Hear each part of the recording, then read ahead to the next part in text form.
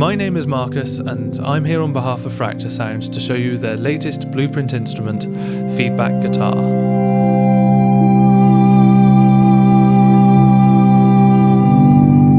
And if you're new to Fracture Sounds, Blueprint is a series of free sample instruments compatible with the Kontakt 7 player that are curated from Fracture Sounds' experiments and passion projects.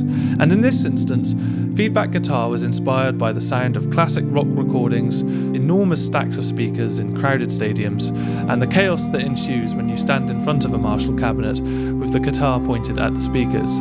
As the email I've got here says, it was loud.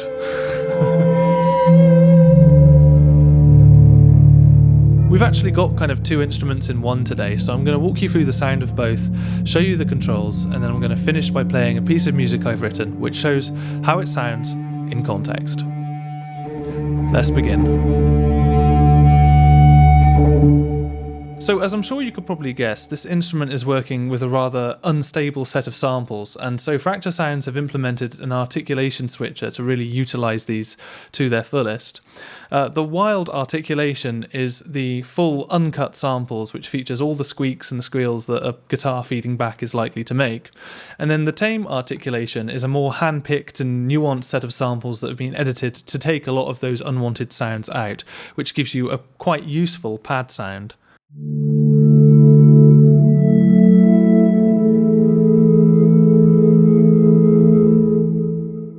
The wild articulation.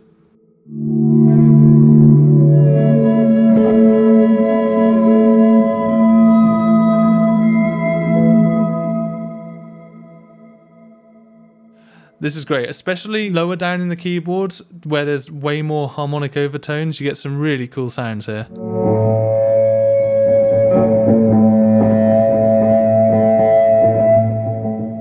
This was all recorded at one dynamic, which was 40cc, and so as a result, our tone control here is some simple EQ to give us a little bit more dynamic range.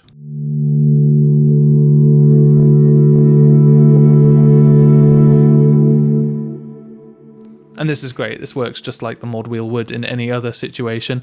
Our next control is called Release, and this, as the name implies, takes away the end of the sample to give you a slightly sharper, snappier sound.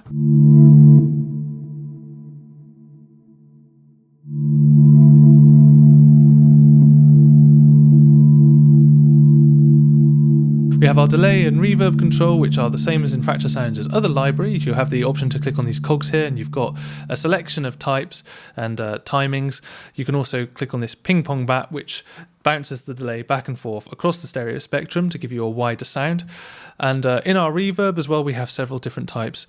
The default in this one is shimmer, which I think was a good choice because it is so large and glistening sounding. It really matches the amplifier rather well. Let's turn it up.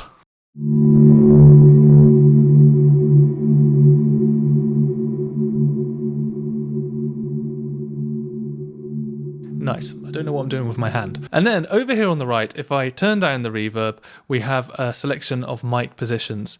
Here's how it sounds close mic'd. And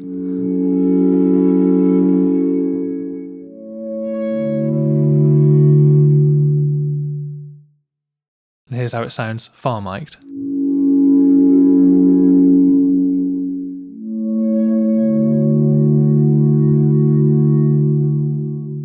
Just putting it back onto close mic for a second and bringing down the release. If I go into the settings here, we have a few interesting controls to talk about.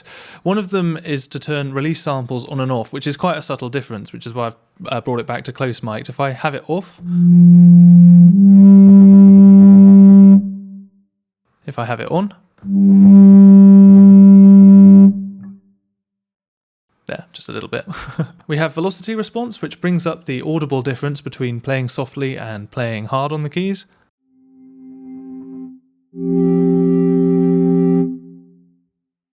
And then bringing it all the way down. Lastly, we have pitch bend options. First is the range of the pitch bend, which is by default set to 1 semitone, but I can bring this up to 12 or an octave.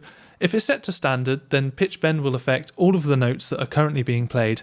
However, we also can change it to held keys only, which means if you are using the sustain pedal, you can play down a chord and have that be unaffected, whilst you use pitch bend to affect the note that you are currently holding down on the keyboard. Unfortunately, I cannot demo this to you as I do not have a pitch bend wheel with my ultra minimalist setup here, but this is exactly the same feature as found in Hemisphere, so I'm going to put a clip of that in here now.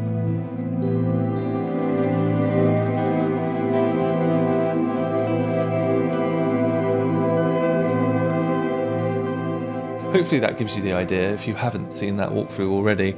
And I have used the pitch bend feature in the piece of music that I've written. Speaking of which,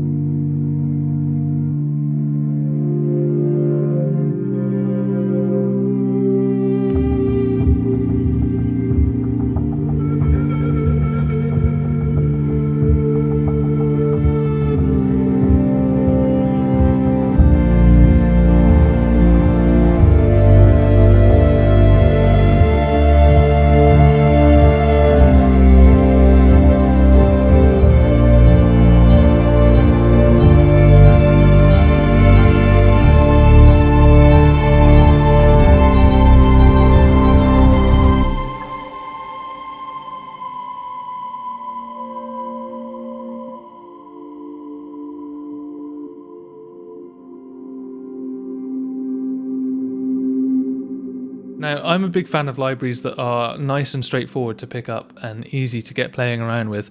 With Fracture Sounds Feedback Guitar, I found that I've really enjoyed how easy it is to get different sounds and to make them more dynamic by using CCs to change the controls on screen. So I've used the tone, obviously, but if we look here, I've also used CC21, which is this second fader here. And this is controlling the reverb amount.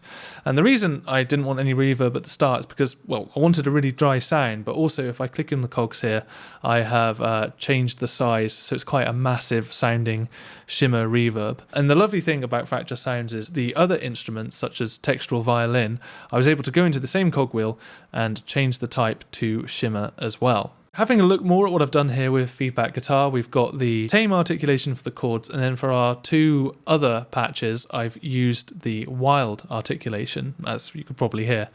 Tried to vary the sound a little bit by using close mics for one of them and then mid mics for the other. And then if I click on the MIDI regions for this, you can see that I have used pitch bend to really give it a bit more of a aching, heart-wrenching guitarist type, whatever you call it.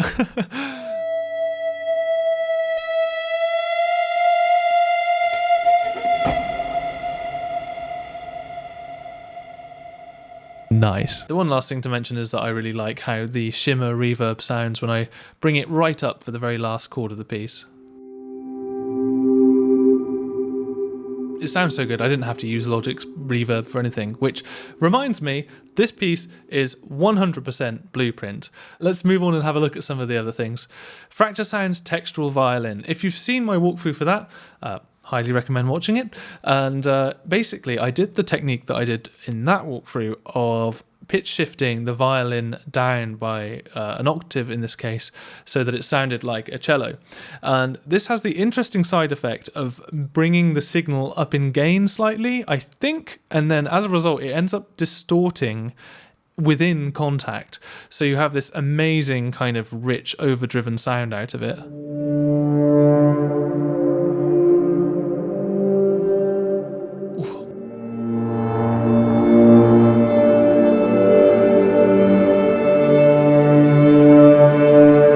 Next up we have Fracture Sounds Short Strings, and this was really nice to have in for that kind of Hans Zimmer-esque sound there, and this is what that sounds like.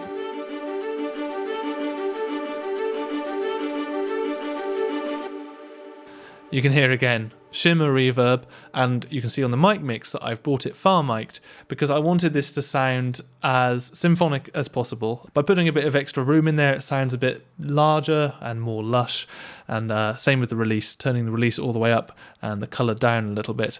Sample start turned all the way down so we get the full uncut sample and the nicest, most realistic quality out of it. Next string section. I didn't realise until I started playing this in that I was really missing a little bit of high end. The pads that I had so far sounded really good, but I just wanted that little bit of airiness that these strings have.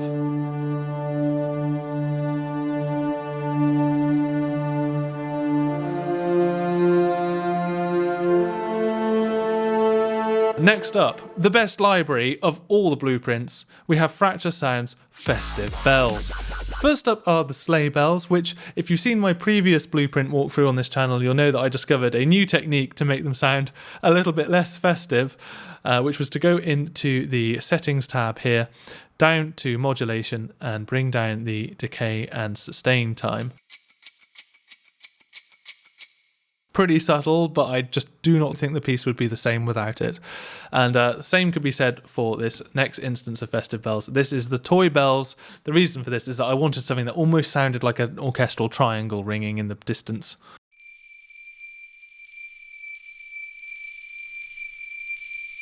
It does sound a little bit more like a telephone, I think, but when it's played in context, you don't really hear it as being that. I needed a riser, and this was the best thing that I could think of, so there we go. Moving on now, this is something that I'm actually really, really happy with the sound of. So, as I expect most people that have subscribed to this channel know, I like to pitch shift electric keys down by 36 semitones to get a fat bass sound, which we have in this track as well. But I also wanted to try using it to create this kind of drum sound. Now, I did have to use a few effects in Logic to really perfect this. So essentially what I did was turn the key press all the way up, and then playing right down here near the bottom of the register, you can hear that the key press sound is more like a sort of clunk, clunk, clunk sound. And so using these at various pitches, I was able to create this kind of driving drum sound. You can see I used a very subtle amount of EQ to bring out that mid-range. And you can hear, without that low cut, there is a lot of sub, which needed to be cleared. Next thing was a phaser, which is a nice fun way of making the sound a bit more interesting.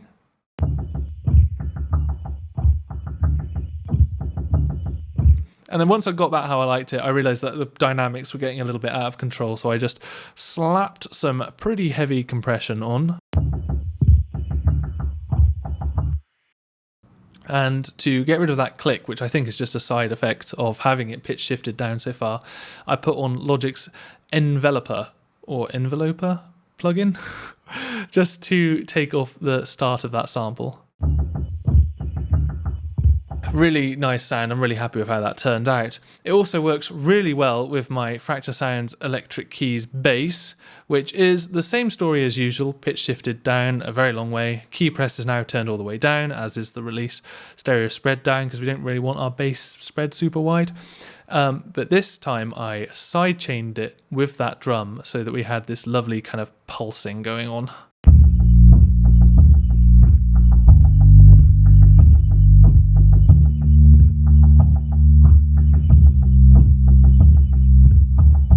I particularly love when it goes down to the low D, you get a real like fat.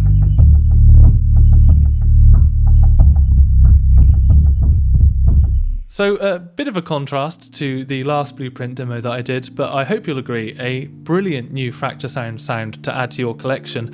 One that's going to work well with a lot of cinematic music and something that's a bit more atmospheric and edgy, and also an extremely loud sound that you can get without annoying all of your neighbours. And on that note, thank you very much for watching my video walkthrough. I hope you've enjoyed it, and if you did, consider leaving a like and a comment. Remember to subscribe to the Fracture Sounds YouTube channel and sign up to their free newsletter so that you can download this instrument. And I will see you when I see you. Goodbye.